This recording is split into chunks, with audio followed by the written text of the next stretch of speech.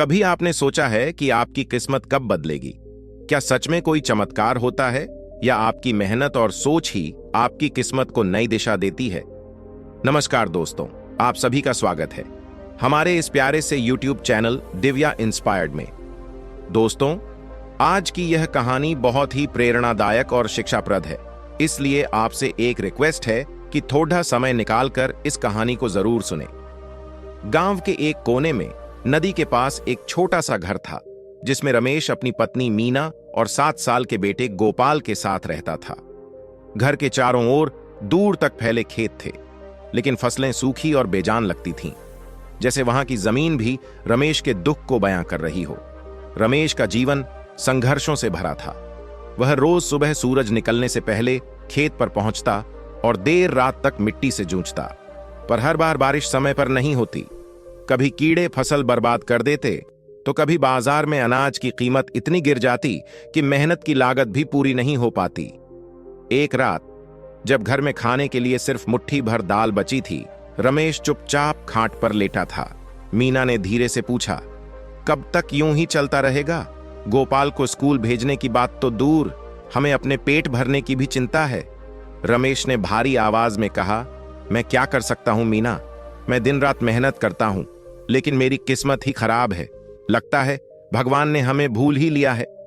उस रात रमेश सो नहीं सका।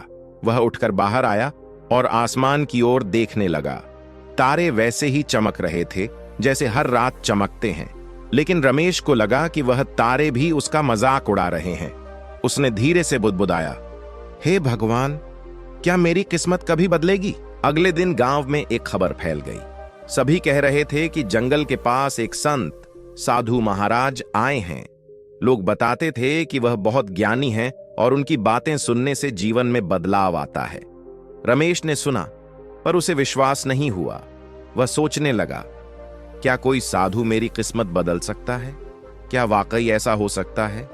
मीना ने रमेश से कहा, जाकर मिल लो, कुछ तो उम्मीद मिल सकती है। जब अपने बस में कुछ नहीं है तो किसी जानकार से सलाह लेना गलत नहीं। रमेश के मन में दुविधा थी। उसे यकीन नहीं था कि कोई साधु उसकी समस्याओं का समाधान कर सकता है, लेकिन उसके पास और कोई रास्ता भी नहीं था। उसने तय किया कि अगले दिन वह साधु महाराज से मिलने जाएगा। उस रात रमेश को सपने में एक बूढ़े व्यक्ति दिखे जो कह रहे थे, जब तक तुम खुद नहीं बदलोगे, किस्मत तुम्हारा साथ नहीं देगी। वह सपने से चौंक कर उठ गया। उसकी उत्सुकता बढ़ गई। सुबह होते ही रमेश साधु महाराज से मिलने निकल पड़ा। रास्ते भर वह सोचता रहा, क्या वे सच में मेरी किस्मत बदल सकते हैं या यह भी एक और धोखा होगा? रमेश नहीं जानता था कि यह यात्रा सिर्फ साधु महाराज से मिलने की नहीं, बल्कि उसके जीवन को बदलने की शुरुआत थी। रमेश धीरे धीरे जंगल के रास्ते पर बढ़ रहा था। आसमान में सूरज हल्का सा चमक रहा था और पक्षियों की चहचहाहट से सुबह का वातावरण शांतिपूर्ण लग रहा था। लेकिन रमेश के मन में अस्थिरता थी। वह बार बार सोचता, क्या यह सब बेकार तो नहीं होगा? कहीं ऐसा न हो कि साधु महाराज भी मुझे वहीं घिसी पिटी बातें कहें जो सब कहते हैं। जंगल के छोर पर साधु महाराज का आश्रम था। एक साधारण सा पेड़ों और घास से बना कुटिया जैसा आश्रम। वहां पहले से कई लोग बैठे थे, कुछ किसान, कुछ व्यापारी और कुछ बूढ़े लोग। सभी साधु महाराज से अपनी समस्याएं साझा कर रहे थे। साधु महाराज साधारण गेरुआ वस्त्र पहने हुए थे। उनकी लंबी सफेद दाढ़ी और शांत चेहरे से ऐसा प्रतीत हो रहा था जैसे उनके भीतर वर्षों का अनुभव और ज्ञान छिपा हो। उनकी आंखें गहरी और करुणा से भरी थीं, मानो हर इंसान के दुख को बिना कहे ही समझ सकती थीं। रमेश चुपचाप भीड़ के बीच बैठ गया। उसने ध्यान से देखा कि साधु महाराज हर व्यक्ति की बात सुनते और धीरे से उत्तर देते। किसी को उपाय बताते, किसी को धैर्य रखने की सलाह देते। जब सभी लोग अपनी बातें कह चुके तो रमेश ने साहस जुटाया और साधु महाराज के पास गया। उसने हाथ जोड़कर कहा, महाराज, मैं रमेश हूं। मैं एक किसान हूं। दिन रात मेहनत करता हूं, लेकिन मेरी फसलें बार बार खराब हो जाती हैं। कर्ज के बोझ तले दबा हूं। मेरी किस्मत हमेशा मेरे खिलाफ क्यों रहती है? क्या मेरी जिंदगी में कभी बदलाव आ सकता है? साधु महाराज ने रमेश को ध्यान से देखा। कुछ देर तक उनकी आंखें रमेश की आंखों में झांकती रहीं। फिर उन्होंने हल्की मुस्कान के साथ कहा, तुम्हारी किस्मत जरूर बदलेगी, लेकिन पहले तुम्हें खुद को बदलना होगा। क्या तुम तैयार हो? रमेश ने चौंक कर पूछा। खुद को? मैं तो पहले ही मेहनत करता हूं, और क्या बदलना बाकी है? साधु महाराज ने रमेश को पास बुलाकर कहा, सिर्फ मेहनत करने से भाग्य नहीं बदलता। मेहनत के साथ सही दृष्टिकोण और सच्चे कर्म जरूरी हैं। मैं तुम्हें 3 नियम दूंगा, अगले 7 दिनों तक इनका पालन करो। रमेश ने जिज्ञासा से पूछा, क्या नियम है महाराज? साधु महाराज ने रमेश को शांत स्वर में समझाया, जो भी काम करो उसे पूरे दिल से करो। आधे मन से किया गया काम कभी फल नहीं देता। जो भी मिले उसका आभार मानो। शिकायत करना बंद करो, क्योंकि शिकायत से केवल नकारात्मकता बढ़ती है। जो तुम्हारे पास है उसे दूसरों के साथ साझा करो, देने से समृद्धि आती है। रमेश ने उलझन भरे स्वर में कहा, क्या ये सब सचमुच मेरी किस्मत बदल सकते हैं? साधु महाराज ने मुस्कुराते हुए कहा, तुम्हारा भाग्य तभी बदलेगा जब तुम खुद को बदलोगे। 7 दिन बाद वापस आना, और तब मैं तुम्हारे सवाल का उत्तर दूंगा। रमेश ने साधु महाराज की बातों को मन में बसा लिया। उसके मन में अब भी शंका थी, लेकिन एक हल्की उम्मीद की किरण भी दिखाई दी। वह घर लौटते समय सोच रहा था, क्या सच में इतना आसान है किस्मत को बदलना, या यह भी बस एक परीक्षा है? यही सवाल और उत्सुकता रमेश को अगले 7 दिनों तक नियमों का पालन करने के लिए प्रेरित करने वाली थी। अगली सुबह सूरज की पहली किरण के साथ रमेश जाग गया। साधु महाराज की बातें अब भी उसके दिमाग में घूम रही थीं। हर काम पूरे दिल से करो, ये शब्द उसके कानों में गूंज रहे थे। रमेश ने तय किया कि आज वह पूरे मन से खेत पर काम करेगा। पहले की तरह निराश होकर नहीं, बल्कि पूरी लगन और ईमानदारी से। वह अपने हल और बैल लेकर खेत पर पहुंचा। मिट्टी की सख्ती को देखते ही उसका मन फिर थोड़ा विचलित हुआ। कितनी बंजर जमीन है, उसने सोचा। लेकिन अगले ही पल साधु महाराज के शब्द याद आए, आधा मन लगाकर किया गया काम कभी फल नहीं देता। रमेश ने गहरी सांस ली और काम में जुट गया। वह हर फावड़ा चलाते वक्त यही सोच रहा था कि यह मिट्टी, यह जमीन उसका अपना है, और इसमें मेहनत करना ही उसका धर्म है। पूरे दिन उसने बिना किसी शिकायत के काम किया। सूरज की गर्मी से उसका शरीर पसीने से भीग गया, हाथों में छाले पड़ गए, लेकिन इस बार उसके चेहरे पर शिकन की जगह एक अजीब सा संतोष था। शाम को जब वह घर लौटा तो मीना ने पूछा, आज तुम इतने थके हुए लग रहे हो, फिर भी तुम्हारा चेहरा शांत क्यों है? रमेश ने मुस्कुराते हुए कहा, आज पहली बार मैंने काम करते समय शिकायत नहीं की। मैंने बस मेहनत की और दिल से की। शायद यही वजह है कि मुझे अच्छा लग रहा है। रात को खाने के लिए बहुत कम अनाज था, बस दाल और सूखी रोटी। लेकिन इस बार रमेश ने हर निवाले को ध्यान से खाया और मन ही मन भगवान का धन्यवाद किया। उसने सोचा, चाहे जितना भी हो, कम से कम मेरे पास खाने को कुछ तो है। कितने लोग तो यह भी नहीं पाते। उस रात रमेश ने गहरी नींद ली। ऐसा लग रहा था कि दिन भर की मेहनत ने उसके भीतर की सारी नकारात्मकता को धो दिया है। उसने महसूस किया कि जब हम बिना किसी अपेक्षा के काम करते हैं तो उसमें एक अलग तरह का सुख छिपा होता है। अगले दिन के लिए उसके मन में एक नई ऊर्जा थी। पहला नियम तो मैंने निभाया, अब देखता हूं कि अगले दिन क्या होता है, उसने खुद से कहा। रमेश को यह एहसास नहीं था कि उसके भीतर यह छोटा सा बदलाव उसकी किस्मत बदलने की पहली सीढ़ी बन चुका है। अगले दिन की सुबह रमेश में नई ऊर्जा थी। उसने महसूस किया कि पहले दिन का अनुभव कुछ अलग था। साधु महाराज के दूसरे नियम, जो भी मिले उसका आभार मानो और दूसरों के साथ साझा करो, को मन में रखते हुए वह अपने खेत पर निकल पड़ा। दिन भर मेहनत करने के बाद रमेश को थोड़ी ही फसल मिली। यह फसल उसके परिवार के लिए काफी कम थी, लेकिन वह शिकायत नहीं कर रहा था। उसने सोचा, साधु महाराज ने कहा था कि आभार व्यक्त करना सीखो, जितना है उतने के लिए भी धन्यवाद देना चाहिए। शाम को जब रमेश अपने घर लौट रहा था तो उसने रास्ते में एक बूढ़े व्यक्ति को देखा।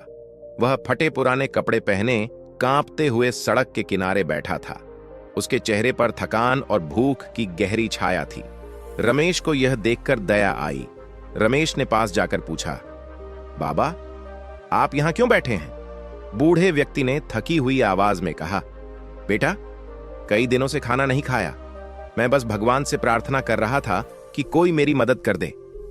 रमेश के पास अपने परिवार के लिए भी थोड़ा ही अनाज था। उसने पहले सोचा, अगर मैंने इसे बांट दिया तो मेरा परिवार भूखा रहेगा। लेकिन अगले ही पल साधु महाराज के शब्द याद आए, जो तुम्हारे पास है उसे दूसरों के साथ साझा करो, देने से समृद्धि आती है। रमेश ने झोले से थोड़ा अनाज निकाला और बूढ़े व्यक्ति को दे दिया। बूढ़े ने कांपते हाथों से अनाज लिया और कहा, भगवान तुम्हें इसका फल जरूर देगा बेटा, तुम्हारा दिल बहुत बड़ा है। रमेश घर पहुंचा तो मीना ने पूछा, आज इतनी कम फसल क्यों लाए? रमेश ने सारा किस्सा मीना को बताया। मीना पहले चिंतित हुई, लेकिन फिर उसने मुस्कुराकर कहा, अगर हमने किसी की भूख मिटाई है तो यह एक बड़ा काम है। हम भी तो भगवान से उम्मीद करते हैं कि वह हमारी मदद करेगा। उस रात रमेश को भीतर से एक अलग सुकून महसूस हुआ। उसने पहली बार समझा कि दूसरों की मदद करने से दिल हल्का और आत्मा प्रसन्न होती है। जब वह सोने गया तो उसने मन ही मन सोचा, साधु महाराज सही कह रहे थे। शायद यह दूसरों के लिए छोटा काम हो, लेकिन मेरे लिए यह एक नई शुरुआत है। अब देखता हूं कि आने वाले दिन मुझे क्या सिखाते हैं। रमेश के इस छोटे से कर्म ने उसे यह एहसास दिलाया कि देने का सुख पाने के सुख से कहीं बड़ा होता है। उसने पहली बार महसूस किया कि उसकी जिंदगी में बदलाव का बीज अंकुरित होने लगा है। अगली सुबह रमेश ने महसूस किया कि पिछले 2 दिनों ने उसके मन में कुछ बदल दिया है। पहले वह हर काम में शिकायत करता था, लेकिन अब उसे अपने काम और जीवन में थोड़ा संतोष महसूस हो रहा था। साधु महाराज का पहला नियम, हर काम दिल से करो, और दूसरा नियम, आभार और साझा करना, अब उसके जीवन का हिस्सा बनने लगे थे। उस दिन रमेश ने सोचा कि उसे कुछ नया करना चाहिए। खेत में काम करते हुए उसने अपने आसपास की चीजों को ध्यान से देखना शुरू किया। उसने महसूस किया कि उसके खेत के पास कुछ जंगली पेड़ थे, जिनमें से लकड़ियां काटकर वह बाजार में बेच सकता था। यह काम उसने पहले कभी नहीं किया था, क्योंकि वह हमेशा फसल पर ही निर्भर रहता था। रमेश ने तुरंत अपनी कुल्हाड़ी उठाई और उन पेड़ों से लकड़ियां काटनी शुरू कर दी। यह काम खेत में हल चलाने से भी ज्यादा कठिन था, लेकिन इस बार रमेश ने इसे बिना शिकायत के पूरे मन से किया। उसने लकड़ियां गट्ठर में बांधी और शाम को बाजार में बेचने निकल पड़ा। बाजार में लकड़ियों के बदले उसे थोड़े पैसे मिले। यह रकम बहुत बड़ी नहीं थी, लेकिन रमेश को पहली बार एहसास हुआ कि अगर वह अपने काम में रचनात्मकता और मेहनत जोड़ दे तो उसकी आय के दूसरे स्रोत भी हो सकते हैं। अगले दिन रमेश ने तय किया कि वह और ज्यादा ध्यान से काम करेगा। इस बार उसने अपने खेत की मिट्टी को जांचा और सोचा कि अगर वह दूसरी फसल उगाने की कोशिश करे तो शायद उसे बेहतर परिणाम मिल सकते हैं। चौथे दिन रमेश ने खेत की एक छोटी सी जगह पर सब्जियों के बीज बोने का फैसला किया। वह जानता था कि यह प्रयोग सफल भी हो सकता है और असफल भी, लेकिन इस बार उसमें असफलता का डर नहीं था। वह बस यह देखना चाहता था कि मेहनत के साथ थोड़ा प्रयोग करना क्या फल दे सकता है। शाम को रमेश ने अपने काम को देखकर गर्व महसूस किया। अब उसकी सोच बदल रही थी। उसने महसूस किया कि हमेशा दूसरों या किस्मत को दोष देने की बजाय अगर इंसान खुद कुछ नया करने की कोशिश करे तो हालात बदल सकते हैं। चौथे दिन की रात को रमेश ने मीना से कहा, मैंने कुछ नया करने की कोशिश की है। शायद यह छोटा कदम है, लेकिन मुझे लगता है कि अगर हम छोटे छोटे बदलाव करते रहें तो हमारे जीवन में बड़ा बदलाव जरूर आएगा। मीना ने मुस्कुराते हुए कहा, तुम्हारे अंदर जो यह नई ऊर्जा आई है वह सच में कुछ अच्छा लाएगी। मैं भी अब तुम्हारे साथ मिलकर काम करूंगी। उस रात रमेश को महसूस हुआ कि आत्मनिर्भरता और प्रयास का आनंद क्या होता है। उसने जाना कि जब इंसान हर परिस्थिति में समाधान ढूंढने की कोशिश करता है तो रास्ते खुद ब खुद बनने लगते हैं। अब रमेश के मन में एक नई उम्मीद थी। वह यह देखने के लिए उत्सुक था कि अगले दिन उसके जीवन में कौन सा नया अनुभव लेकर आएगा। धीरे धीरे साधु महाराज के नियम उसके जीवन का हिस्सा बन रहे थे। 5वें दिन की सुबह रमेश ने महसूस किया कि उसके भीतर पहले से कहीं ज्यादा ऊर्जा और आत्मविश्वास है। पिछले 4 दिनों में उसने जो सीखा था वह अब उसे एक नई दिशा में ले जा रहा था। साधु महाराज के तीसरे नियम, आभार मानो और खुद को दूसरों से जोड़ो, ने उसके भीतर एक अलग तरह का परिवर्तन ला दिया था। उस दिन गांव में एक असामान्य घटना हुई। गांव के तालाब का पानी अचानक सूखने लगा था। यह तालाब रमेश के खेत सहित पूरे गांव के लिए पानी का मुख्य स्रोत था। ग्रामीणों में अफरा तफरी मच गई। लोग परेशान होकर सोचने लगे कि अब वे क्या करेंगे। रमेश ने भी यह देखा और थोड़ी देर के लिए वह भी चिंतित हो गया। लेकिन फिर उसने खुद से कहा, अगर मैं इस समस्या को लेकर कुछ नहीं करूंगा तो यह समस्या और बढ़ेगी। साधु महाराज ने कहा था कि शिकायत करने से कुछ नहीं बदलता, हमें खुद समाधान ढूंढना होगा।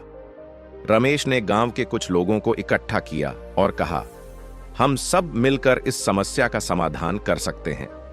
अगर हम तालाब की गहराई बढ़ाएं और आसपास के पानी के स्रोतों को यहां तक लाने की कोशिश करें तो शायद हमें पानी वापस मिल जाए। शुरुआत में कुछ लोग झिझक रहे थे, लेकिन रमेश का आत्मविश्वास देखकर वे भी तैयार हो गए। गांव के लोग मिलकर तालाब की सफाई और खुदाई करने लगे। रमेश ने दिन भर कठोर मेहनत की, दूसरों को प्रेरित किया और उन्हें संगठित रखा। अगले दिन जब सूरज उगा तो ग्रामीणों ने देखा कि तालाब में धीरे धीरे पानी भरने लगा है।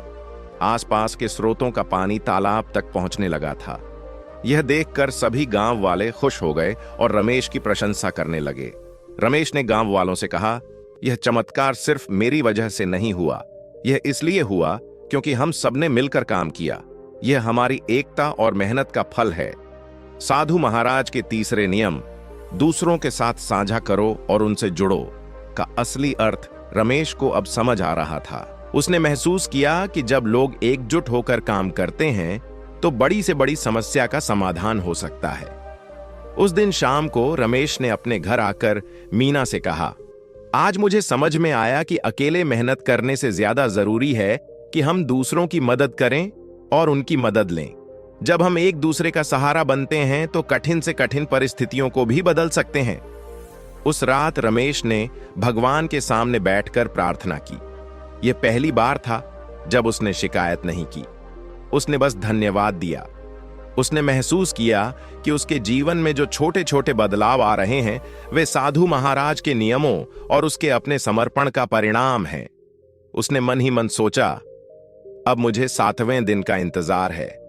मैं साधु महाराज से जाकर यह बताना चाहता हूं कि मैंने उनके नियमों का पालन किया और यह सच में मेरे जीवन को बदल रहा है। 6वां दिन रमेश के लिए एक नई सीख लेकर आया था, विश्वास और समर्पण का बल। उसने जाना कि जब इंसान खुद पर और दूसरों पर विश्वास करता है तो उसे बड़ी से बड़ी समस्याओं का हल मिल सकता है। 7वें दिन रमेश सूरज उगने से पहले ही उठ गया। आज वह साधु महाराज के पास वापस जाने के लिए बेहद उत्साहित था। पिछले 6 दिनों में उसने जो कुछ भी सीखा और अनुभव किया था वह उसे साधु महाराज को बताना चाहता था। रमेश ने साधु महाराज के बताए 3 नियमों का पालन किया था। हर काम पूरे दिल से करना, आभार व्यक्त करना और दूसरों के साथ साझा करना। इन नियमों ने न केवल उसकी सोच बदली बल्कि उसके जीवन में भी छोटे छोटे सकारात्मक बदलाव लाए। रमेश अपने खेत पर एक आखिरी बार नजर डालकर निकल पड़ा। खेत अब पहले की तरह सूखा और बंजर नहीं लग रहा था। रमेश को महसूस हुआ कि उसकी मेहनत और विश्वास ने जमीन को भी अपनी ऊर्जा दे दी है। जंगल के रास्ते पर चलते हुए रमेश के मन में कई सवाल थे।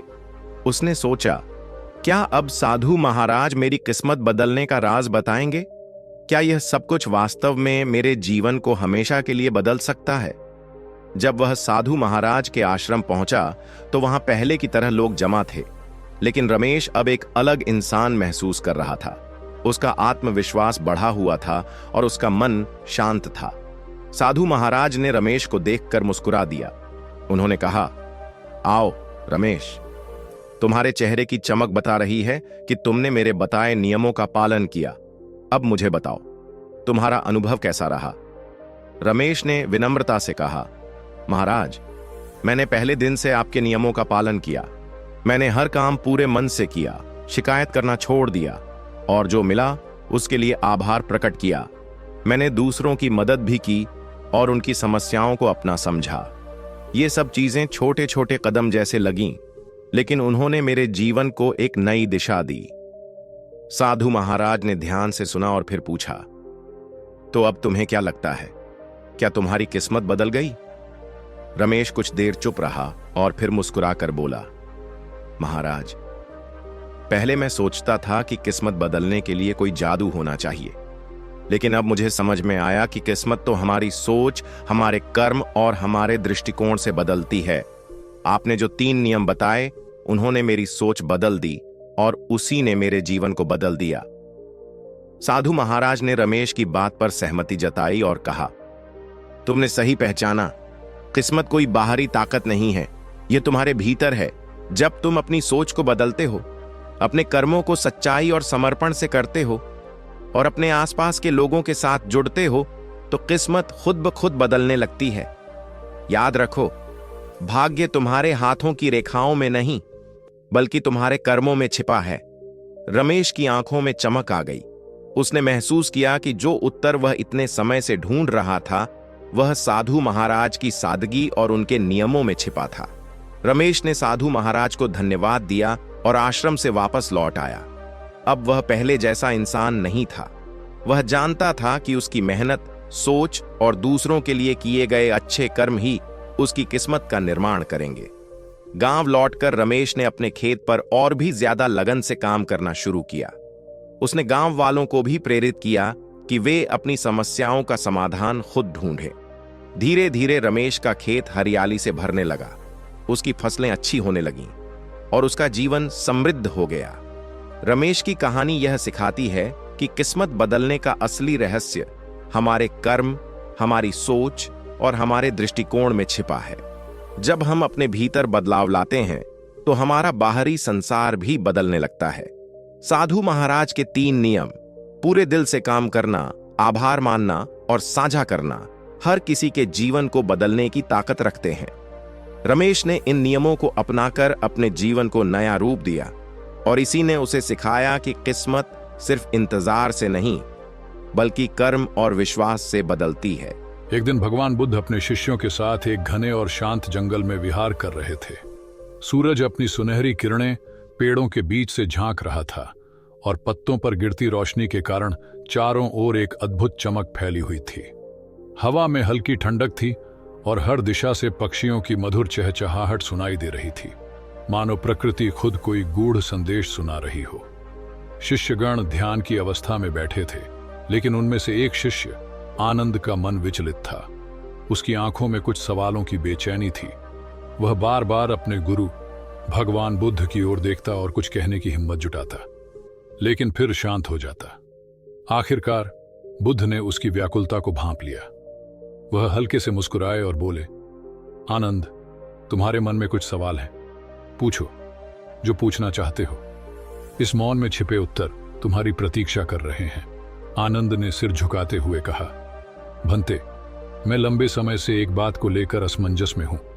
हमें सिखाया गया है कि हमारी किस्मत हमारे पूर्व जन्मों के कर्मों पर आधारित होती है, लेकिन क्या वर्तमान में किए गए कर्मों से इसे बदला जा सकता है? और अगर बदला जा सकता है, तो यह कब और कैसे संभव है? क्या यह सचमुच हमारे हाथ में है या सब कुछ पहले से तय है? उसका सवाल सुनकर अन्य शिष्य भी उत्सुक हो गए। सबकी निगाहें बुद्ध पर टिक गईं। जंगल का शांत वातावरण और भी गहरा हो गया, जैसे प्रकृति भी इस प्रश्न का उत्तर सुनने को तैयार हो। बुद्ध ने कुछ क्षणों तक ध्यानपूर्वक आनंद की ओर देखा। फिर उन्होंने मुस्कुराते हुए कहा, आनंद, यह सवाल केवल तुम्हारा नहीं है, यह हर मनुष्य का सवाल है। लोग अपनी परिस्थितियों को लेकर संशय में रहते हैं, अपनी किस्मत को कोसते हैं और समझ नहीं पाते कि उन्हें क्या करना चाहिए। लेकिन इस सवाल का उत्तर देने के लिए मैं तुम्हें एक कहानी सुनाता हूं। ध्यान से सुनो। इसका उत्तर तुम्हें न केवल तुम्हारे सवाल का समाधान देगा, बल्कि जीवन का एक बड़ा सत्य भी समझाएगा। सभी शिष्य कहानी सुनने के लिए और भी ध्यानमग्न हो गए। जंगल में पक्षियों की चहचहाहट धीरे धीरे थमने लगी, जैसे वे भी भगवान बुद्ध की कथा का हिस्सा बनने जा रहे हों। वातावरण में सस्पेंस और गहराई का भाव भर गया। भगवान बुद्ध ने आनंद की ओर देखकर कहा, आनंद, हमारी किस्मत का प्रश्न ऐसा है जो कई लोगों को भ्रमित करता है। कुछ लोग इसे पूरी तरह भाग्य के हवाले कर देते हैं, तो कुछ इसे अपने कर्मों का ही परिणाम मानते हैं। लेकिन सच्चाई इन दोनों के बीच छिपी है। इसे समझने के लिए तुम्हें ध्यान और बुद्धिमत्ता के साथ इसे देखना होगा। इतना कहकर बुद्ध ने आसपास खड़े शिष्यों की ओर देखा। सभी शिष्य शांत और जिज्ञासु थे। उनकी आंखों में यह उत्सुकता थी कि अब भगवान बुद्ध क्या कहने वाले हैं। तभी बुद्ध ने पास के एक ऊंचे पेड़ की ओर इशारा किया। उस पेड़ पर सैकड़ों पक्षी चहचहा रहे थे। कुछ अपने घोंसलों में आराम कर रहे थे तो कुछ उड़ने की तैयारी कर रहे थे। बुद्ध बोले, देखो इन पक्षियों को, इनकी जिंदगी भी हमारी ही तरह है, चुनौतियों, संघर्षों और अवसरों से भरी हुई। लेकिन क्या तुम जानते हो कि इन पक्षियों का जीवन हमें एक बड़ा सबक सिखा सकता है? आनंद और बाकी शिष्यों ने आश्चर्य से पेड़ की ओर देखा। उन्हें समझ नहीं आया कि बुद्ध किस ओर इशारा कर रहे थे। आनंद ने विनम्रता से पूछा, भंते, इन पक्षियों का जीवन हमारी किस्मत से कैसे जुड़ा हुआ है? कृपया विस्तार से समझाइए। बुद्ध मुस्कुराए और बोले, हर पेड़ पर बसेरा करने वाले पक्षी एक जैसे नहीं होते। कुछ केवल शिकायत करते रहते हैं, तो कुछ अपनी परिस्थितियों को बदलने का प्रयास करते हैं। किस्मत और कर्म का रहस्य इन पक्षियों के जीवन में छिपा है। मैं तुम्हें इन पक्षियों की एक कहानी सुनाता हूं। यह कहानी तुम्हारे प्रश्न का उत्तर देगी और तुम्हें सिखाएगी कि किस्मत कैसे और कब बदलती है। सभी शिष्य अब पूरी तरह ध्यानमग्न हो गए। जंगल का वातावरण एकदम शांत था, मानो प्रकृति भी इस ज्ञानवर्धक कथा को सुनने के लिए ठहर गई हो। बुद्ध ने कहानी आरंभ करने के लिए अपनी दृष्टि उस पेड़ पर स्थिर कर दी और उनकी शांत मुस्कान ने वातावरण को और भी गहन बना दिया। बुद्ध ने अपनी कहानी शुरू की और कहा, एक विशाल और घना पेड़ था जो जंगल के बीचों बीच खड़ा था। उस पर कई पक्षी रहते थे। पेड़ पर रंग बिरंगे पंछियों का झुंड दिन भर चहचहाता रहता था। कुछ पक्षी मेहनती थे जो सुबह से ही खाना ढूंढने निकल जाते और अपने घोंसलों को मजबूत बनाने में लगे रहते। लेकिन उनमें से एक पक्षी ऐसा था जो हमेशा शिकायत करता रहता था। वह शिकायत करने वाला पक्षी अक्सर कहता, यह जीवन कितना कठिन है, हर दिन हमें खाना ढूंढना पड़ता है, कभी कभी खाली पेट सोना पड़ता है, हमारी किस्मत ही खराब है। अगर किस्मत अच्छी होती तो हमें इतनी मेहनत नहीं करनी पड़ती। दूसरे पक्षी ने उसे समझाने की कोशिश की, भाई, मेहनत से ही हमारी जिंदगी बेहतर हो सकती है।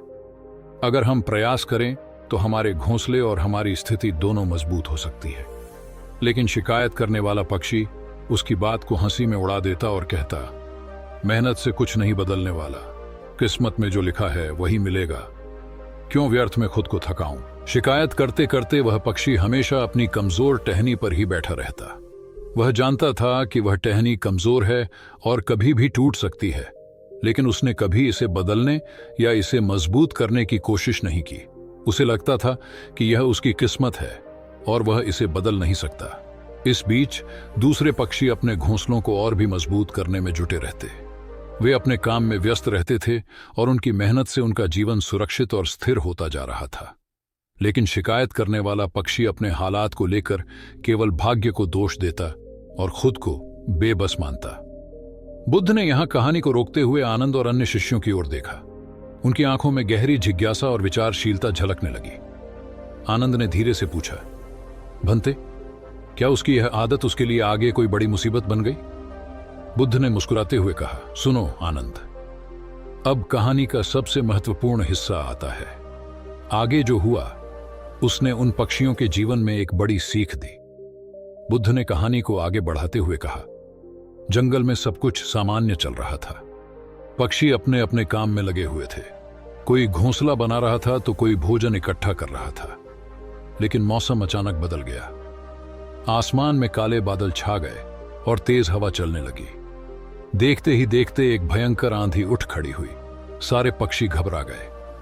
वे जल्दी जल्दी अपने घोंसलों में दुबकने लगे। जिन पक्षियों ने अपने घोंसले मजबूत बनाए थे वे अधिक सुरक्षित महसूस कर रहे थे। लेकिन शिकायत करने वाला पक्षी अपनी उसी कमजोर टहनी पर बैठा था जिस पर वह हमेशा रहता था। उसने न कभी अपने घोंसले को मजबूत करने की कोशिश की थी, न ही उस टहनी को छोड़ने का प्रयास किया था। आंधी ने अपनी रफ्तार और तेज कर दी। पेड़ की टहनियां झूलने लगीं। जिन घोंसलों को मजबूती से बनाया गया था वे सुरक्षित रहे, लेकिन वह कमजोर टहनी जिस पर शिकायत करने वाला पक्षी बैठा था धीरे धीरे टूटने लगी। आखिरकार एक तेज झोंके के साथ वह टहनी टूट गई और पक्षी नीचे गिर पड़ा। गिरते ही वह जोर जोर से चिल्लाने लगा, ओह, मेरी किस्मत कितनी खराब है, देखो मेरे साथ ही ऐसा क्यों हुआ, भगवान भी मेरी सुनते नहीं, मैं सबसे ज्यादा परेशान हूं। लेकिन उसका रोना सुनकर कोई पक्षी मदद के लिए नहीं आया। सभी अपने घोंसलों में सुरक्षित थे और आंधी के थमने का इंतजार कर रहे थे। नीचे गिरे पक्षी के मन में लगातार एक ही विचार आ रहा था, किस्मत ने मेरे साथ धोखा किया है, मैं हमेशा से दुर्भाग्यशाली रहा हूं।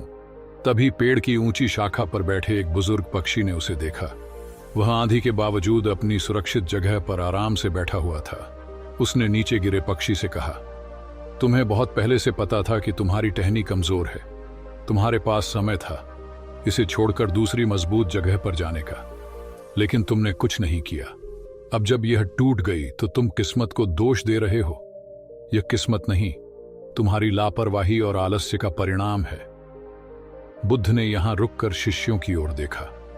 आनंद और अन्य शिष्य गंभीरता से सुन रहे थे। कहानी ने उनके मन में कई सवाल और विचार पैदा कर दिए थे।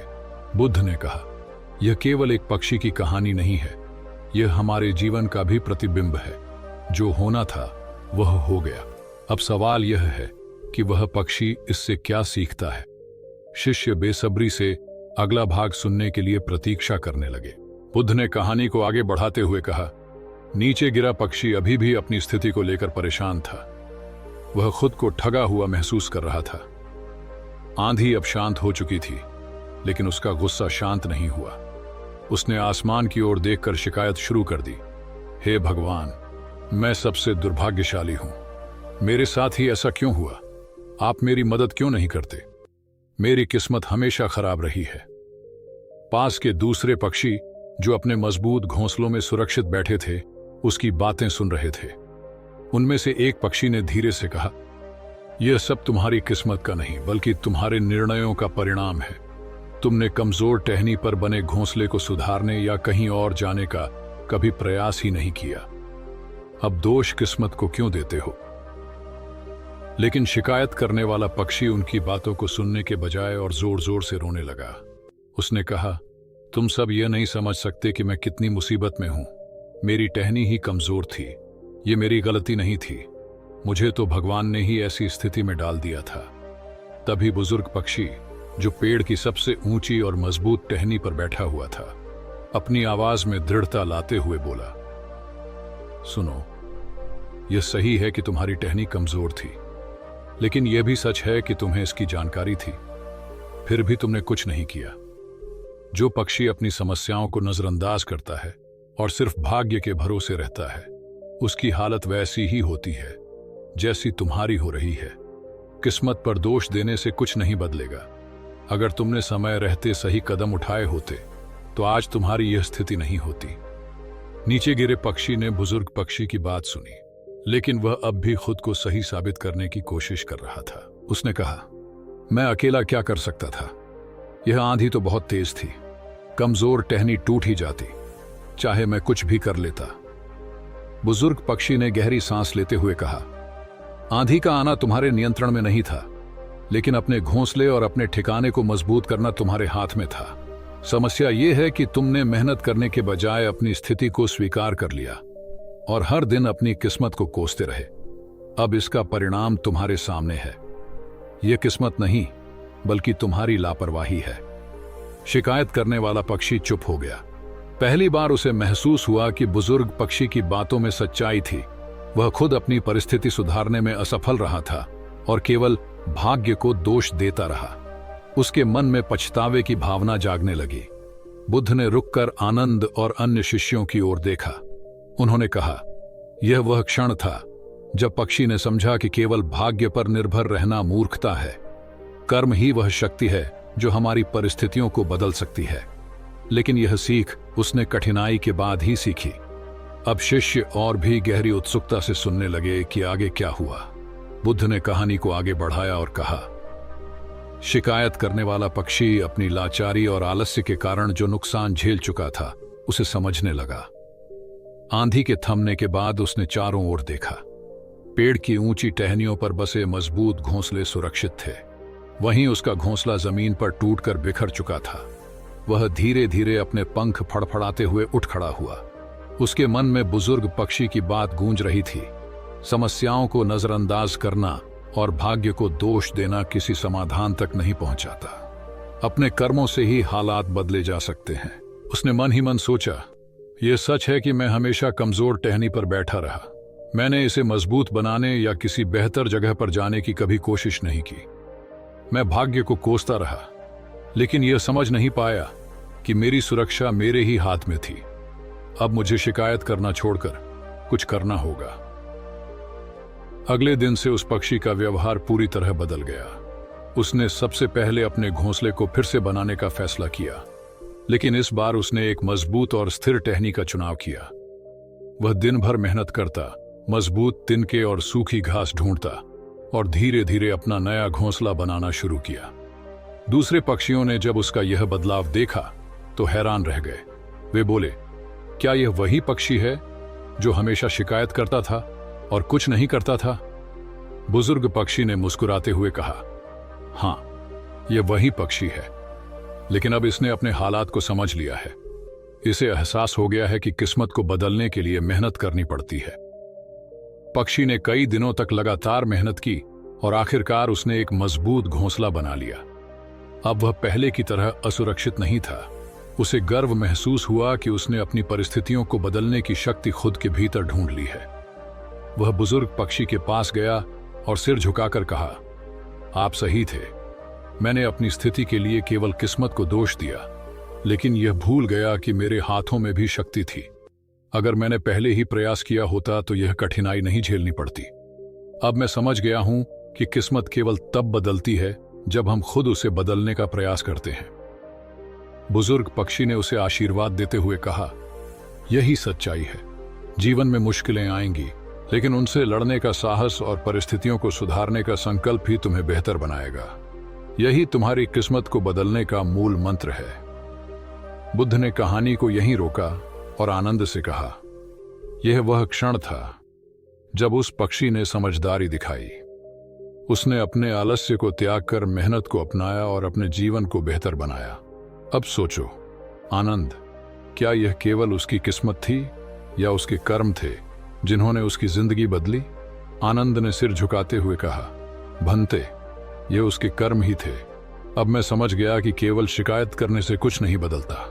हमें अपने कर्मों से ही अपनी किस्मत को गढ़ना पड़ता है।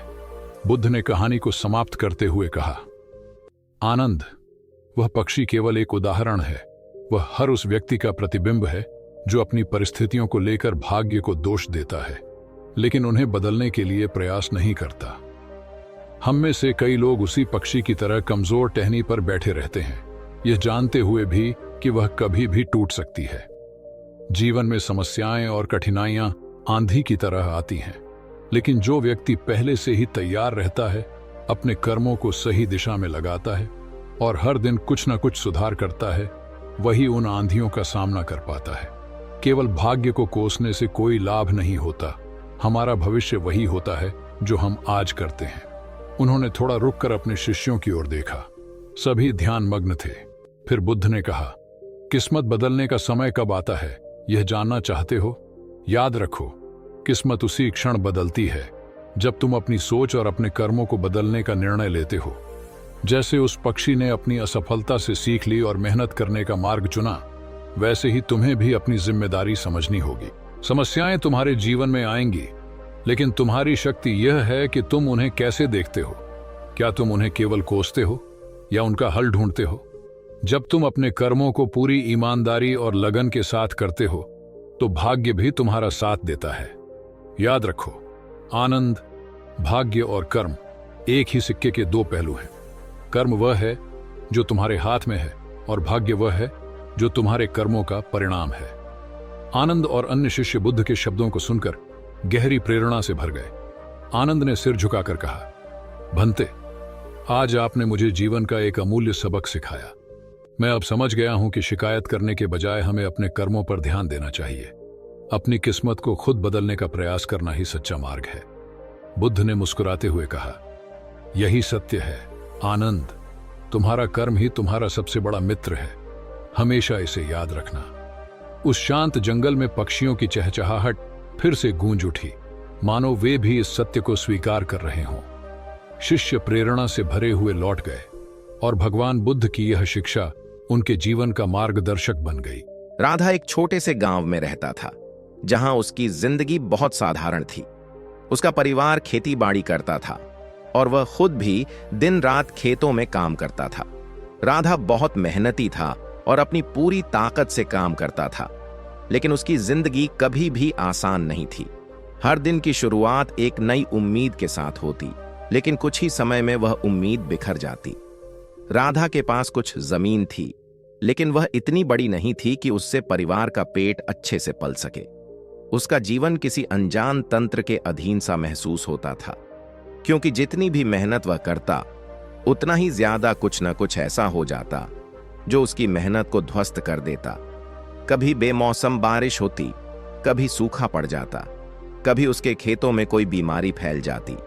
उसकी जिंदगी के हर पल में संघर्ष था और यह संघर्ष कभी खत्म होने का नाम नहीं लेता था। लेकिन सबसे बड़ी निराशा उस दिन हुई जब राधा ने अपने खेतों में तैयार फसल को बाजार में बेचना चाहा। उसने सालों की कड़ी मेहनत से फसल उगाई थी, लेकिन अचानक एक बड़ी तूफानी बारिश आई और उसकी पूरी फसल बर्बाद हो गई। राधा के पास अब केवल एक रास्ता था, और वह था अपनी मेहनत और अपने सपनों को छोड़ देना। उसने सोचा, क्या यह मेरी किस्मत है? क्या मैं हमेशा इसी तरह परेशान रहूंगा? मेरी मेहनत कभी रंग नहीं लाती। जो भी मैं करता हूं, हर बार कुछ न कुछ हो जाता है और मैं फिर से नीचे गिर जाता हूं। उसके दिल में बहुत गहरी निराशा थी और वह खुद को दोषी मानने लगा। वह सोचता, क्या मैं सही रास्ते पर हूं? क्या मेरी किस्मत मुझे कभी भी राहत देगी? राधा के मन में यह सवाल गूंज रहे थे कि क्या उसके जीवन में कभी कोई बदलाव आएगा, या यह उसका तकदीर का हिस्सा है कि वह हमेशा इस संघर्ष में फंसा रहे। उसने कई बार सोचा कि किसी साधु से मार्गदर्शन लिया जाए, लेकिन उसके पास इतना समय या साधन नहीं था। वह गरीब था और यात्रा करने के लिए उसे अपनी जमीन की एक छोटी सी हिस्सेदारी भी बेचनी पड़ती। फिर भी राधा के मन में एक हल्की सी आशा थी कि कहीं न कहीं उसका रास्ता बदलेगा। एक रात राधा अपने घर की छत पर बैठा चांद को निहारते हुए सोच रहा था। अचानक उसके मन में एक ख्याल आया, क्या मुझे अपनी किस्मत बदलने के लिए कुछ करना चाहिए? क्या कोई ऐसा तरीका है जिससे मेरी जिंदगी में कुछ अच्छा हो सके? राधा के मन में विचारों का तूफान था, लेकिन वह नहीं जानता था कि उसकी किस्मत को बदलने का रास्ता कहां है। उसी रात वह ठान लिया कि वह किसी न किसी साधु से मिलकर अपनी किस्मत बदलने का उपाय पूछेगा। लेकिन सवाल यह था कि वह कैसे और कहां से शुरुआत करेगा। राधा ने रात को अपनी आंखें बंद की और दिल में एक विचार रखा, अगर मुझे अपना जीवन बदलना है तो मुझे किसी न किसी रास्ते पर तो जाना ही होगा। अब वह सिर्फ अपने दुखों से उबरने के बारे में नहीं सोच रहा था, बल्कि वह एक नई राह पर चलने की तैयारी कर रहा था, और यह राह उसे अपनी किस्मत से लड़ी एक नई उम्मीद की ओर ले जाने वाली थी। राधा की यह सोच और उसकी नई यात्रा का आरंभ ही उसे उस अद्भुत साधु से मिला सका जो उसकी जिंदगी का मोड़ बदलने वाला था। राधा की निराशा और असफलता से भरी जिंदगी के बाद उसने एक नए रास्ते पर जाने का संकल्प लिया। रात भर सोने की कोशिश करने के बावजूद उसके मन में यही सवाल घूमता रहा, क्या मेरी किस्मत कभी बदल सकती है? क्या मुझे कोई तरीका मिल सकता है जिससे मैं अपनी जिंदगी को सुधार सकूं? राधा ने सुबह होते ही अपनी दैनिक दिनचर्या शुरू की, लेकिन आज कुछ अलग था। आज उसे किसी विशेष कार्य के लिए नहीं, बल्कि अपने जीवन को एक नया मोड़ देने के लिए बाहर निकलने की आवश्यकता महसूस हुई। उसने तय किया कि वह अब और बर्बाद नहीं होना चाहता। उसे लगता था कि किसी न किसी उच्च शक्ति से मार्गदर्शन मिलने से उसकी मुश्किलें हल हो सकती हैं। वह याद करता था कि उसके गांव में एक बूढ़ा साधु आया था, जो अक्सर गांव के बाहर एक पुराने पीपल के पेड़ के नीचे बैठा करता था। गांव वाले उसे बड़े श्रद्धा से पूजते थे और कहते थे कि वह न केवल ध्यान और साधना में माहिर था, बल्कि वह जीवन के गहरे रहस्यों को भी जानता था। राधा के मन में यह ख्याल आया कि अगर वह उस साधु से मिलता है तो शायद वह उसे कोई रास्ता दिखा सके। राधा ने अपनी छोटी सी जमीन को एक कागज पर लिख लिया और तय किया कि अगर इस यात्रा में उसे किसी एक भी रुपये की जरूरत पड़ी तो वह उसे खर्च करने में संकोच नहीं करेगा। यह यात्रा उसके जीवन का एक महत्वपूर्ण मोड़ बनने वाली थी और वह किसी भी तरह इसे छोड़ नहीं सकता था। वह अपनी छोटी सी गठरी लेकर घर से बाहर निकला और चलते चलते गांव के बाहर उस पीपल के पेड़ तक पहुंच गया जहां वह साधु अक्सर ध्यान करता था। वह काफी दूर तक चला था और रास्ते में उसे कई बार यह ख्याल आया कि वह कहीं गलत तो नहीं जा रहा, लेकिन उसका दिल उसे यह बताता रहा कि यह वही रास्ता है जिसे उसे अपनाना है। साधु वहां पेड़ के नीचे ध्यान मग्न बैठा था। उसकी आंखें बंद थीं और उसका चेहरा बहुत शांत था, जैसे वह किसी गहरी अवस्था में था। राधा थोड़ी देर खड़ा होकर उसे देखता रहा और फिर धीरे से उसके पास पहुंचा। साधु ने जैसे ही राधा की उपस्थिति महसूस की, उसने अपनी आंखें खोलीं और राधा की ओर देखा। तुम कौन हो और क्या चाहिए तुम्हें? साधु ने बड़े शांत स्वर में पूछा। राधा ने सिर झुकाकर कहा, महाराज, मैं राधा हूं, एक किसान। मेरी जिंदगी हमेशा मुश्किलों से भरी रही है। मैं मेहनत करता हूं, लेकिन फिर भी मुझे सफलता नहीं मिलती। मैंने सुना है कि आप जीवन के गहरे रहस्यों को जानते हैं। क्या आप मुझे मेरे जीवन की दिशा दिखा सकते हैं? साधु कुछ देर चुप रहा। उसकी आंखों में जैसे कोई गहरी समझ थी जो राधा के दिल की स्थिति को पहचान रही थी। फिर उसने कहा, तुमने अपने जीवन को बदलने के लिए यह कदम उठाया है। यही पहला कदम है। राधा ने उत्सुकता से पूछा, क्या मैं सच में अपनी किस्मत बदल सकता हूं? साधु ने मुस्कुराते हुए कहा, तुम्हारी किस्मत तुम्हारे हाथों में नहीं, बल्कि तुम्हारे दिल में है। अगर तुम अपने दिल से किसी की मदद करोगे तो वही तुम्हारी किस्मत को बदल देगा। राधा के चेहरे पर कंफ्यूजन और आश्चर्य था। उसने साधु से और अधिक जानने की कोशिश की। किसी की मदद से मेरी किस्मत कैसे बदल सकती है? मैं तो खुद परेशान हूं और मुझे अपनी समस्याओं से उबरने का कोई रास्ता नहीं दिखता। साधु ने धीरे से कहा, तुम्हारे दुखों का समाधान तुम्हारे अंदर छिपा है। जब तुम दूसरों के दुखों को समझोगे और उनकी मदद करने की कोशिश करोगे, तभी तुम खुद अपने जीवन को बदल पाओगे। राधा अब भी आश्वस्त नहीं था, लेकिन साधु की बातों में एक गहरी सच्चाई थी जिसे वह महसूस कर सकता था। उसने तय किया कि वह इस राह पर चला जाएगा जैसा साधु ने कहा था। साधु ने राधा को आशीर्वाद दिया और कहा, याद रखना, तुम्हारी मदद से न केवल दूसरों की जिंदगी बदल सकती है, बल्कि तुम खुद भी अपनी किस्मत बदल सकते हो। राधा ने सिर झुका लिया और साधु का धन्यवाद किया। उसके मन में एक नया विश्वास और उम्मीद का संचार हुआ। अब उसे लगता था कि उसकी जिंदगी का असली मोड़ अभी बाकी था। उसकी यात्रा एक नई दिशा में शुरू होने वाली थी। राधा की जिज्ञासा और उत्सुकता अब अपने चरम पर पहुंच चुकी थी। साधु की बातों ने उसके मन में नए सवाल पैदा कर दिए थे और उसे समझ में नहीं आ रहा था कि इस नई राह पर कदम रखने के बाद उसकी जिंदगी में क्या होने वाला है। उसने साधु से जो सुना था वह एक नए विचार से भरा हुआ था। अगर मैं किसी की मदद करता हूं तो मेरी किस्मत बदल सकती है। यह विचार उसकी पूरी जिंदगी को एक नए दिशा में मोड़ने के लिए तैयार था, लेकिन राधा को यकीन नहीं हो रहा था कि यह इतना आसान होगा। जब साधु ने कहा था, तुम्हारी किस्मत तुम्हारे दिल में है, तो राधा को लगा जैसे वह शब्द उसके दिल में गहरे तक उतर गए थे। उसे ऐसा महसूस हुआ कि शायद साधु का आशीर्वाद और उसकी सलाह ही वह चमत्कारी चीज हो सकती है जिसकी उसे हमेशा तलाश थी। लेकिन फिर भी राधा के मन में एक सवाल था, क्या मैं सच में किसी की मदद करने के योग्य हूं? वह खुद मुश्किलों में था, तो क्या वह किसी और की मदद कर सकता था? राधा ने अपनी यात्रा जारी रखी, लेकिन अब उसकी नजरें अधिक जागरूक और सोच समझकर आगे बढ़ने लगीं। उसने रास्ते में सोच लिया कि वह किसी भी गरीब या दुखी व्यक्ति की मदद करेगा जो उसकी राह में आएगा। हालांकि उसे यह यकीन नहीं था कि यह उसकी किस्मत को बदलने में मदद करेगा, लेकिन साधु की बातों ने उसे उम्मीद दी थी। कुछ दिनों बाद राधा एक छोटे से गांव के पास पहुंचा। यहाँ की गलियां सुनसान थीं और वातावरण में एक अजीब सी खामोशी थी। राधा आगे बढ़ा और देखा कि एक बूढ़ी औरत अपने छोटे से घर के बाहर बैठी हुई थी और उसके पास एक छोटा सा बर्तन था जिसमें कुछ चावल थे। वह चावल को देखकर सोच रही थी कि क्या वह इससे अपना पेट भर सकेगी या नहीं। राधा ने देखा कि उसकी हालत बहुत खराब थी। वह बहुत ही कमजोर और थकी हुई लग रही थी। राधा ने बिना कोई सोचे समझे उसके पास जाकर पूछा, क्या आपको मदद चाहिए? बूढ़ी औरत ने राधा को देखा और चुपचाप सिर हिलाया। वह उसे विश्वास से देख रही थी, मानो उसे कुछ नहीं कहना था, सिर्फ अपनी कमजोरी और दुख साझा करना था।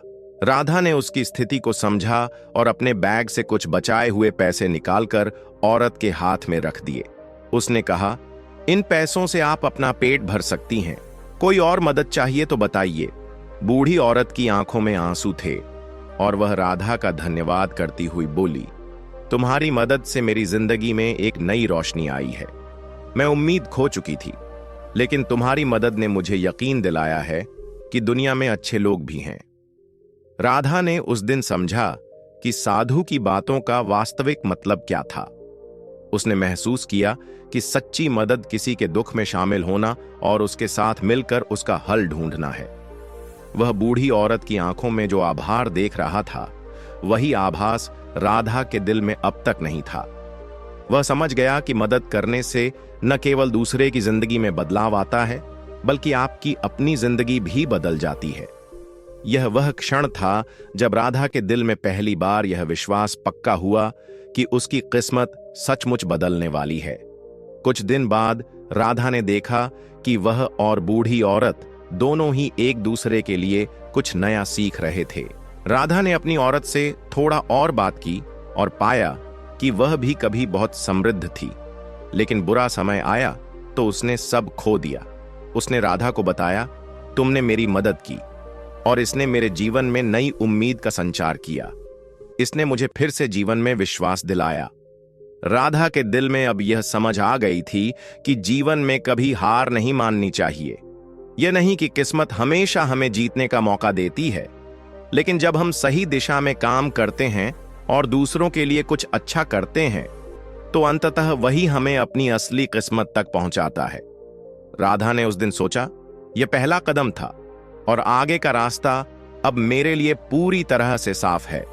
उसने यह समझ लिया कि उसकी किस्मत अब उसके हाथों में थी, क्योंकि उसने अपनी मदद से किसी और की जिंदगी को सुधारने का काम किया था। राधा के दिल में अब एक नया विश्वास था।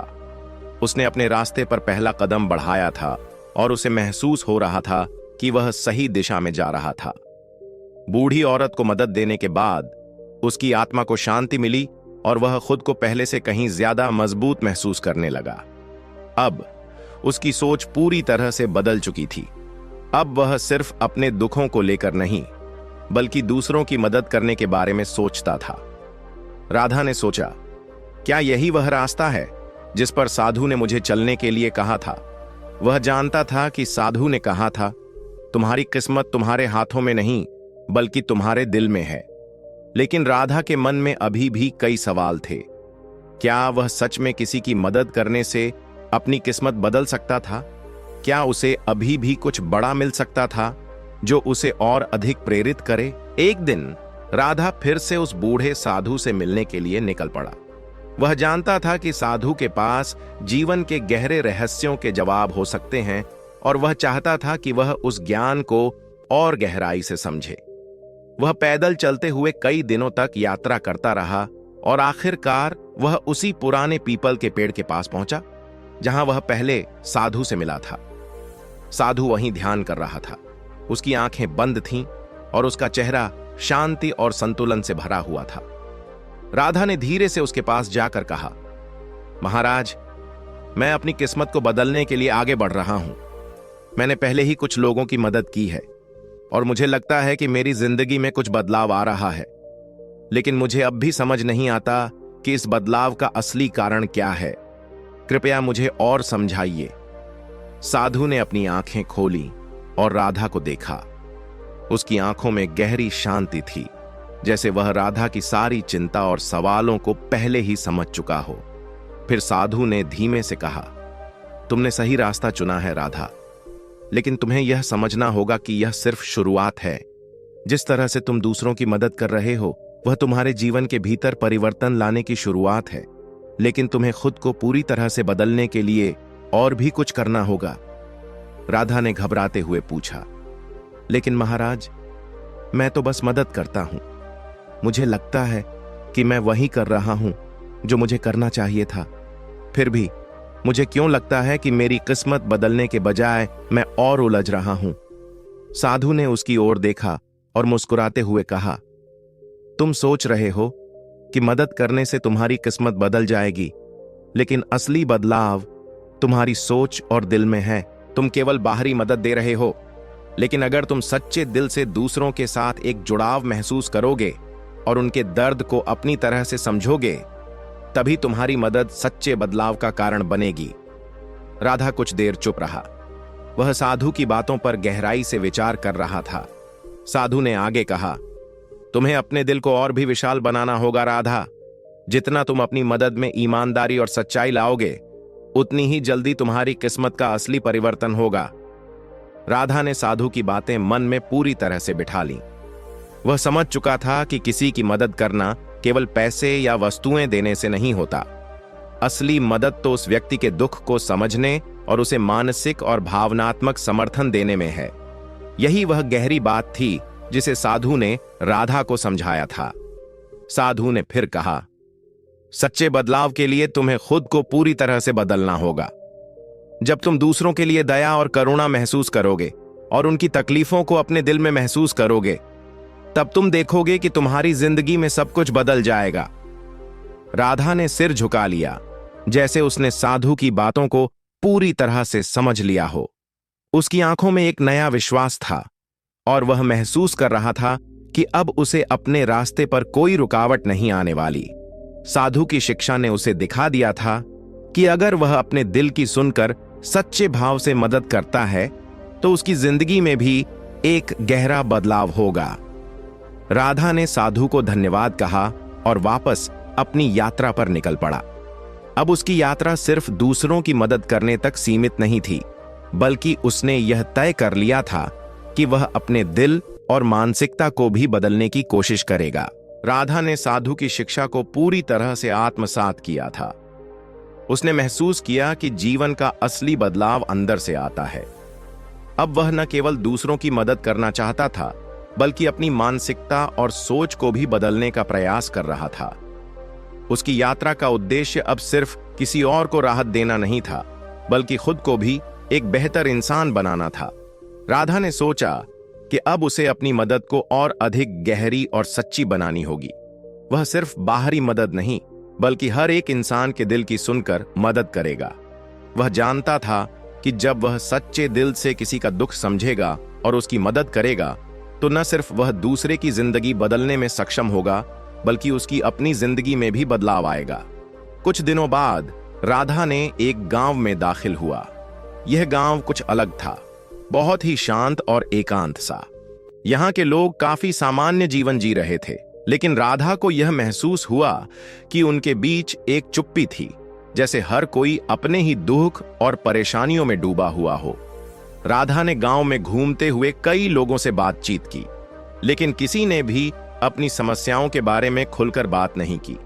राधा को समझ में आ गया कि यह गांव भी बाहरी मदद की जरूरत में है, लेकिन लोगों को इस मदद के लिए प्रेरित करना होगा। फिर उसने एक योजना बनाई। वह लोगों के बीच जाएगा और उनसे इस बारे में बात करेगा कि कैसे एक दूसरे की मदद करने से न केवल दूसरों की जिंदगी बेहतर होती है, बल्कि अपनी भी जिंदगी बदलती है। राधा ने यह सोचा था कि अगर वह लोगों के दिलों में करुणा और दया की भावना जागृत कर सके, तो यह गांव एक नई दिशा में आगे बढ़ सकता है। राधा ने गांव के मुख्य चौक में एक सभा का आयोजन किया। हाँ, जानता था कि लोग सहजता से उस पर विश्वास नहीं करेंगे, लेकिन उसने अपनी पूरी ईमानदारी और सच्चाई के साथ बात करने का निर्णय लिया। सभा के दौरान राधा ने अपने अनुभव साझा किए और बताया कि कैसे उसने अपनी जिंदगी में बदलाव देखा जब उसने दूसरों की मदद की। उसने कहा, हम सबके पास अपने दुख होते हैं, लेकिन जब हम किसी और के दुख में शामिल होते हैं और उसे अपना समझते हैं, तब हमारी खुद की जिंदगी में बदलाव आता है। ये मदद सिर्फ भौतिक नहीं होती, बल्कि मानसिक और भावनात्मक रूप से भी होती है।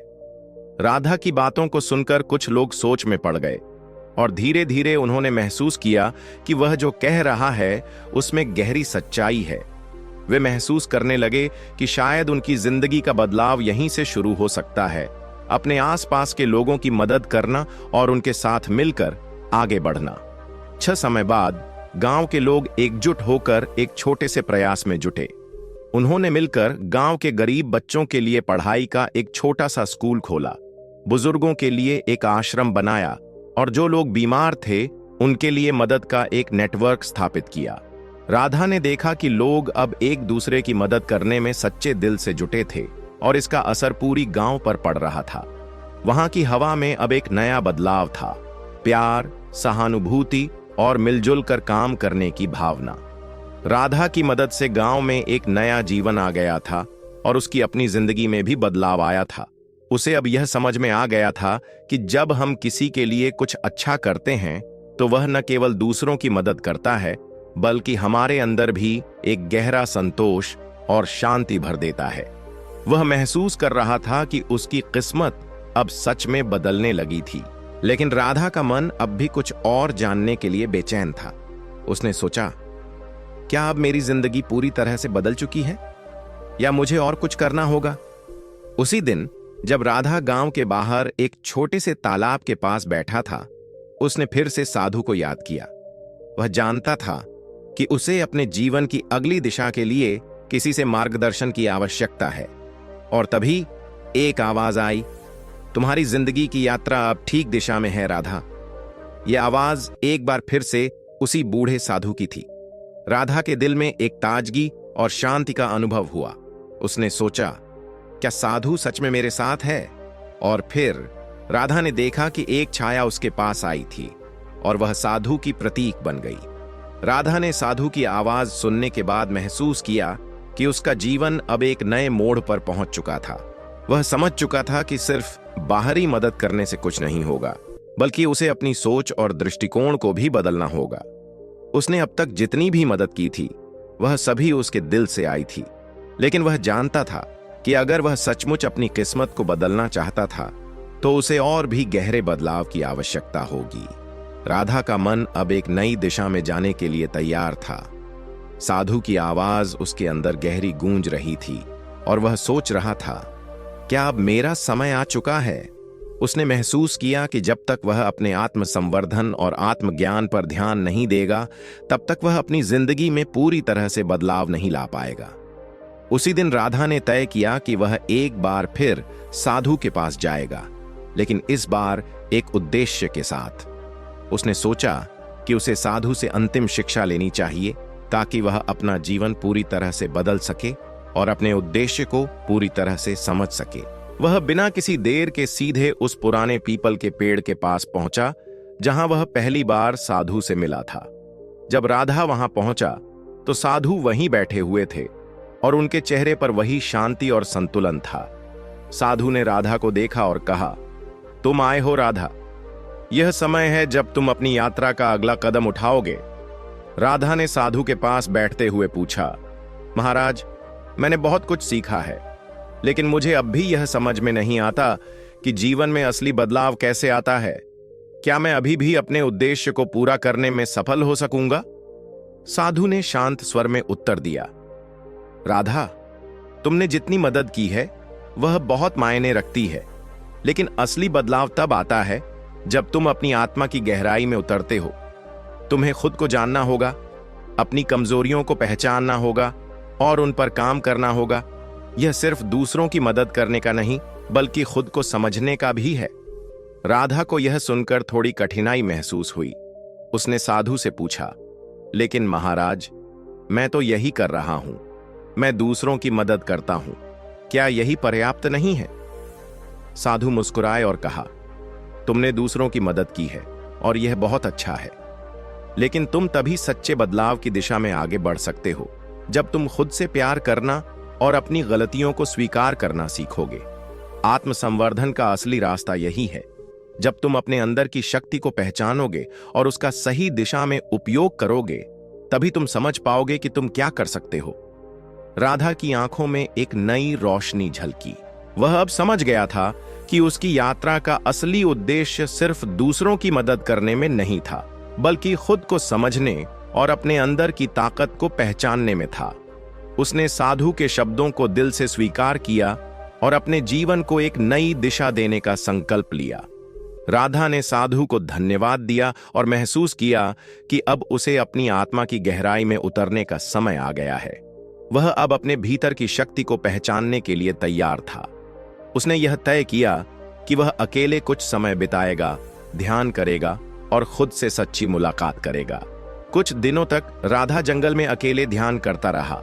उसने अपने मन की सारी चुप्पी को महसूस किया और आत्मनिरीक्षण के माध्यम से अपनी गहरी भावनाओं और डर का सामना किया। उसे समझ में आया कि जितनी मदद उसने की थी वह एक बाहरी बदलाव था, लेकिन असली परिवर्तन तब हुआ जब उसने अपने अंदर के डर, संकोच और कमजोरियों को स्वीकार किया और उन्हें बदलने के लिए कदम उठाए। राधा ने महसूस किया कि अगर वह अपनी पूरी क्षमता से काम करना चाहता है तो उसे अपनी असुरक्षाओं और डर से बाहर आना होगा। वह अब जानता था कि केवल दूसरों के लिए नहीं, बल्कि अपने लिए भी सही फैसले लेना और अपनी भावनाओं को समझना बेहद जरूरी है। इस आत्म साक्षात्कार के बाद राधा का जीवन पहले से कहीं ज्यादा स्पष्ट हो गया। उसे अब यह समझ में आ गया था कि उसके अंदर की सच्ची शक्ति क्या है। यह है उसका विश्वास, उसका आत्मविश्वास और दूसरों के प्रति उसकी करुणा। राधा ने अपने जीवन के इस नए चरण की शुरुआत की और अब उसे यकीन था कि उसकी किस्मत पूरी तरह से बदल चुकी थी। उसने जो कुछ भी सीखा था वह अब उसे अपने जीवन में लागू करने के लिए तैयार था। वह जानता था कि वह किसी और को मदद देने से ज्यादा अब खुद को मदद देने के लिए तैयार था। राधा ने साधु के मार्गदर्शन को आत्मसात किया और खुद को पहचानने के बाद वह अब पूरी तरह से बदला हुआ इंसान बन चुका था। पहले जितनी बार उसने दूसरों की मदद की थी, अब उसका दृष्टिकोण और भी गहरा हो गया था। वह जानता था कि असली बदलाव केवल बाहरी स्तर पर नहीं, बल्कि अंदर से आता है। अपनी आत्मा की गहराई में उतरने और अपने अंदर की असुरक्षाओं को दूर करने के बाद राधा ने महसूस किया कि उसकी जिंदगी में अब कोई रुकावट नहीं थी। वह अपने गांव वापस लौट आया, लेकिन इस बार वह पहले से कहीं अधिक आत्मविश्वासी और सशक्त महसूस कर रहा था। उसने सोचा, अगर मैं अपनी जिंदगी में सच्चे बदलाव की शुरुआत करता हूं, तो शायद मेरे आसपास के लोग भी बदलाव महसूस करेंगे। गांव में लौटते ही राधा ने सबको अपनी यात्रा और अनुभवों के बारे में बताना शुरू किया। उसने बताया कि असली परिवर्तन तभी आता है जब हम खुद को और अपनी कमजोरियों को स्वीकार करते हैं और फिर उन्हें बदलने की कोशिश करते हैं। राधा ने अपने दिल से यह महसूस किया कि जीवन में किसी भी तरह के बदलाव के लिए सबसे पहली और महत्वपूर्ण बात यह है कि हम अपने भीतर के डर और संकोच को पार करें और अपनी असली क्षमता को पहचानें। वह अब खुद को किसी से कम नहीं मानता था। उसने यह जान लिया था कि उसकी किस्मत उसके खुद के हाथों में है और अगर वह अपनी कोशिशें सच्चे दिल से करता है तो कुछ भी असंभव नहीं है। उसने गांव वालों से यह भी कहा, किस्मत सिर्फ बाहरी हालात पर निर्भर नहीं करती, बल्कि हमारे भीतर की शक्ति और हमारी सोच पर भी निर्भर करती है। जब हम खुद को बदलते हैं तो हमारे सामने आने वाली मुश्किलें भी बदल जाती हैं। धीरे धीरे गांव में एक नया बदलाव देखने को मिला। लोग राधा की बातों पर यकीन करने लगे और अपने जीवन में सकारात्मक बदलाव लाने की कोशिश करने लगे। उन्होंने एक दूसरे की मदद करना शुरू किया और अपने भीतर की सच्ची शक्ति को पहचाना। इस बदलाव ने पूरे गांव की सोच और मानसिकता को नया रूप दिया। लोग अब केवल अपने बारे में नहीं सोचते थे, बल्कि एक दूसरे के सुख दुख में साझीदार बनते थे। राधा की मदद से गांव में अब एक मजबूत और समृद्ध समाज का निर्माण हो रहा था, जहां हर किसी की मदद करने और दूसरों की खुशी में भागीदारी करना एक सामान्य बात बन चुका था। राधा ने देखा कि जब किसी के दिल में सच्ची मदद करने का इरादा होता है, तो वह न केवल दूसरों की जिंदगी बदलता है, बल्कि अपनी जिंदगी में भी असली परिवर्तन महसूस करता है। अब राधा का दिल पूरी तरह से संतुष्ट था। उसे अब यह समझ में आ गया था कि किस्मत किसी बाहरी ताकत का काम नहीं है, बल्कि हमारी सोच और कार्यों से जुड़ी होती है। उसने अपनी जिंदगी में जिस बदलाव की कामना की थी, वह अब पूरी तरह से साकार हो चुका था। वह जानता था कि यह बदलाव सिर्फ उसका नहीं था, बल्कि पूरे गांव का था। यह सब उसके दिल की गहरी सोच और साधु की शिक्षा के कारण संभव हुआ था। अब राधा को महसूस हो रहा था कि उसकी असली यात्रा तो अब शुरू हुई थी। वह सिर्फ दूसरों की मदद नहीं कर रहा था, बल्कि अपने आप को भी रोज नए तरीके से सुधार रहा था। राधा ने एक दिन फिर से उस पीपल के पेड़ के पास जाकर साधु को याद किया और उसे धन्यवाद दिया। वह जानता था कि अगर साधु न होते तो शायद वह कभी भी अपनी असली शक्ति को नहीं पहचान पाता। अब वह अपनी जिंदगी को एक नए दृष्टिकोण से देखता था और अपने उद्देश्य के प्रति पूरी तरह से समर्पित था। राधा की कहानी अब एक प्रेरणा बन चुकी थी। लोग अब समझने लगे थे कि किसी भी व्यक्ति की किस्मत सिर्फ उसकी मेहनत, ईमानदारी और दिल से की गई मदद पर निर्भर करती है। जीवन में अगर कुछ बदलना है तो सबसे पहले हमें खुद को बदलना होगा, तभी हम अपने आसपास की दुनिया को भी बदल सकते हैं।